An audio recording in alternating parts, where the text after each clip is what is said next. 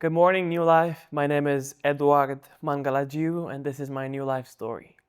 I was born in the east side of Romania in a city called Iași, a beautiful city. I think my biggest blessing is definitely my family. I grew up in a beautiful family that loved me very much. And both my parents are actually missionaries. So growing up, I was always around ministry. We used to go to villages in a local area to share the gospel with children, and it was awesome. It was the best. Growing up, I started playing soccer. I played soccer first time when I was 6 years old, and then at 8 years old, I got called up to the academy. I obviously knew a lot about God, but I did not know God personally. But it was still great, being with my parents, and I thought I knew of this Jesus, and I knew what that meant. But as it turns out, later in my life, I didn't. Because of some bad circumstances, I had to give up soccer.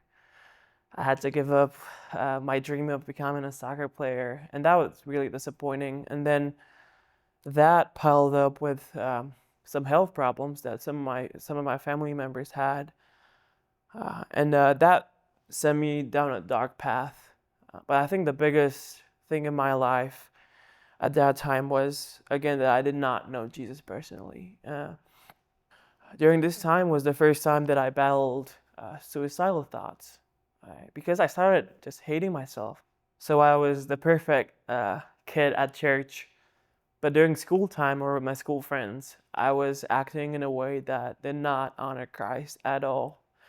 I hated myself, I hated what I was doing, but at the same time, I was not stopping. I used to go to camps all the time. I was like 6, 7, 8 camps maybe each summer. But my parents sent me to a camp, and during that time was I think the first time in my life where I felt God talking to me personally.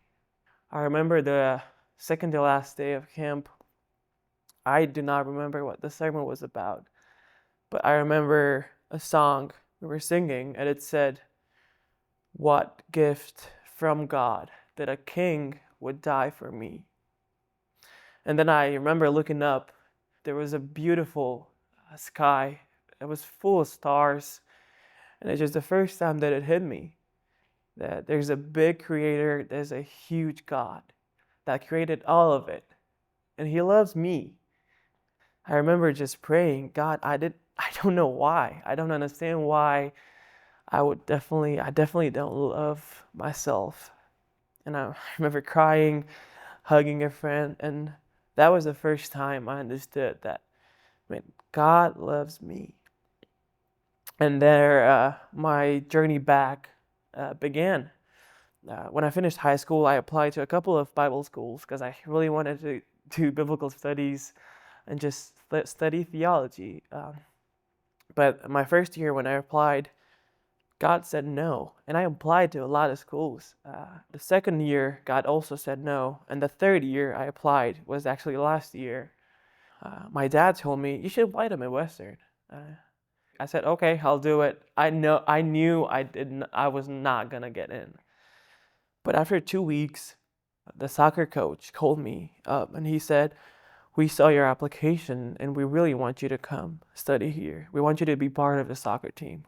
It was really funny because I didn't even apply for a spot on the soccer team, but he called me up and was really encouraging, told me to go ahead and apply, finish my application, and do everything I can. But I had so many things that I did not have for my application and then just for coming here.